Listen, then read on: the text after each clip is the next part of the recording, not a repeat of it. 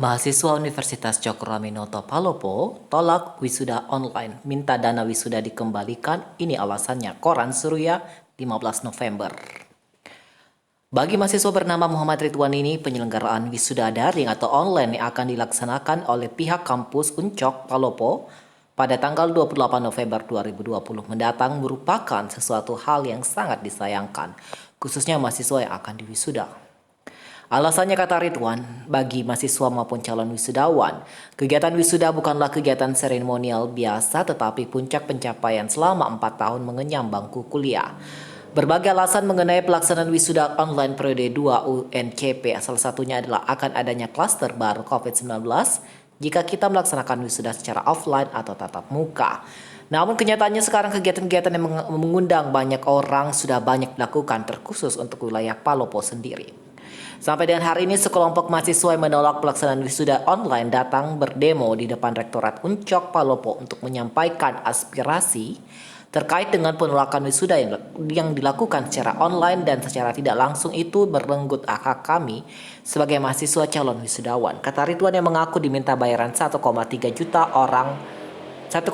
juta per orang untuk biaya pelaksanaan wisuda. Selain itu, lanjut dia, kesakralan dari proses wisuda itu sendiri lebih bisa didapat ketika kita luring atau tatap muka. Apalagi kejelasan mengenai anggaran wisuda itu sudah juga tidak tahu. Pasti ada yang berbeda antara operasional online dan offline. Sebagai calon wisudawan belum pasti mendapat hak-hak yang semestinya.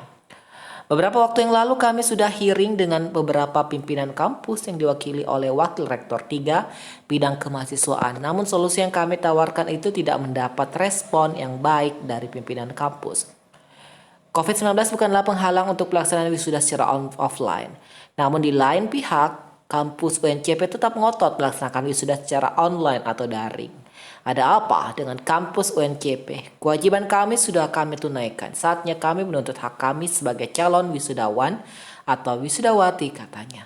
Ketika wisuda online tetap terlaksana, maka kembalikan uang mahasiswa yang diwisuda online 50% dari total pembayaran mereka, yakni sebesar 1,3 juta, karena dalam UKT atau BKT ada uang yang menjelaskan tentang uang wisuda dan ijazah, dan ketika wisuda online otomatis uang tersebut tidak dipergunakan. Berikut 3 tuntutan rekan-rekan Muhammad Ridwan dalam siaran pers yang diterima Koran Suria Sabtu 14 November 2020. Yang pertama, tolak wisuda online periode 2 tahun 2020. Yang kedua, tunda pelaksanaan wisuda tahun 2020. Yang ketiga, pelaksanaan wisuda tahun ini haruslah offline tapi mengikuti sesuai dengan protokol kesehatan.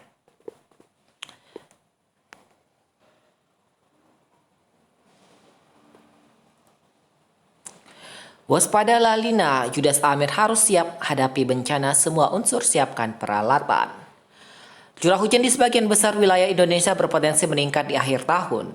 Sering fenomena La Nina, Badan Meteorologi, Klimatologi, dan Geofisika atau BMKG telah mengingatkan bahwa kondisi itu bisa memicu bencana hidrometeorologi seperti banjir bandang, dan tanah longsor. Mengantisipasi ancaman bencana tersebut, jajaran Pemkot Palopo bersama unsur terkait lainnya menggelar apel kesiapsiagaan hadapi bencana alam di lapangan Pancasila, Minggu 15 November 2020. Apel ini dipimpin langsung Wali Kota Palopo HM Judas Amir. Judas Amir dalam apel ini mengatakan seluruh daerah di tanah air saat ini mengadakan berbagai kesiapsiagaan menghadapi bencana alam, menyusul adanya peringatan BMKG terkait fenomena La Nina.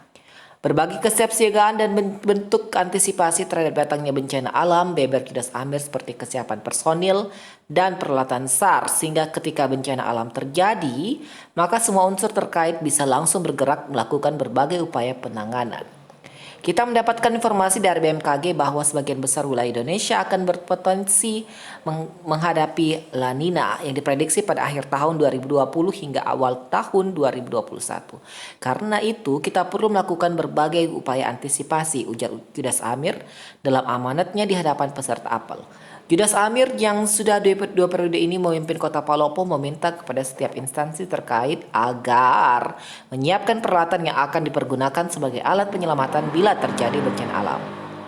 Kita harus siap menghadapi ancaman bencana alam kapan saja.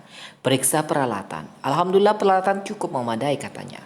Untuk persiapan personil menghadapi ancaman bencana alam, Pemkot Palopo membentuk tim melibatkan berbagai unsur terkait seperti tim SAR, kepolisian, TNI, personel BPBD, Damkar, dan unsur terkait lainnya. Tim yang sudah dibentuk harus siap siaga begitu terjadi bencana alam langsung bergerak katanya.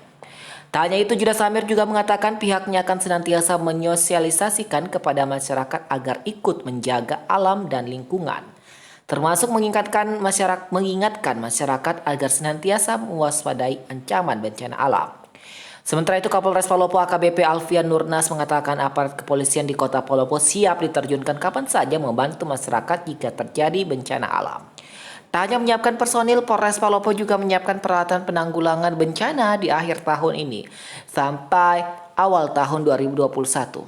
Saya menugaskan khusus anggota Babin Kamtibnas yang ada di setiap kelurahan untuk rutin melakukan patroli ke tempat-tempat rawan terjadinya bencana. Anggota Babin Kamtibnas juga senantiasa membangun sinergitas dengan masyarakat sehingga insya Allah Kota Palopo akan menjadi kota nyaman dan nyaman. Senada itu, Dandim 1403 Sawer Gading Letkol Infanteri Gunawan mengatakan, aparat TNI juga disiagakan dan menyiapkan peralatan untuk penanganan bencana alam. Untuk personel TNI kita menyiagakan 1 SSH dengan jumlah personel 100 orang. Adapun peralatan berupa tenda pengungsian dan dapur umum sudah dipersiapkan. Dan untuk kendaraan baik berupa roda 2 dan roda 4 sudah disiapkan. Untuk diketahui, BMKG secara nasional mengeluarkan peringatan dini akan ancaman bencana alam di berbagai daerah Indonesia akibat fenomena iklim La Nina. Banjir dan longsor diprediksi akan terjadi mulai November 2020 hingga Januari 2020 di berbagai daerah. Kepala BMKG Dwi Korita Karnawati menyebutkan La Nina dapat meningkatkan akumulasi curah hujan bulanan dan musiman di Indonesia. Ia menilai perlunya antisipasi dampak La Nina berupa bencana hidrometeorologi banjir bandang, longsor angin kencang, dan puting beliung. Sebagai langkah mitigasi perlu dilakukan optimalisasi tata kelola air secara terintegrasi dari hulu hingga hilir. Danau, embung, sungai, dan kanal untuk antisipasi debit air berlebih, kata Dwi Korita. Selain itu, Dwi Korita mengatakan BMKG mendorong pemerintah daerah dan masyarakat agar tetap memonitor perkembangan cuaca atau iklim. Perkembangan dapat dipantau melalui website BMKG, aplikasi mobile phone, info BMKG, hingga menghubungi kantor BMKG yang ada di setiap provinsi. Itulah 2 berita dari Koran Seruya. Yang pertama adalah tolak wisuda online. Yang kedua adalah waspada La Nina yang menimpa Kota Palopo mulai November diprediksi sampai Januari 2021. Wow. Di mana Kota Palopo sudah siap siaga untuk menghadapi fenomena banjir karena La Nina. La Nina. Sebenarnya dibaca La Nina ya, bukan La Nina. Karena itu N-nya itu huruf Meksiko, huruf Spanyol. Oke? Bye bye.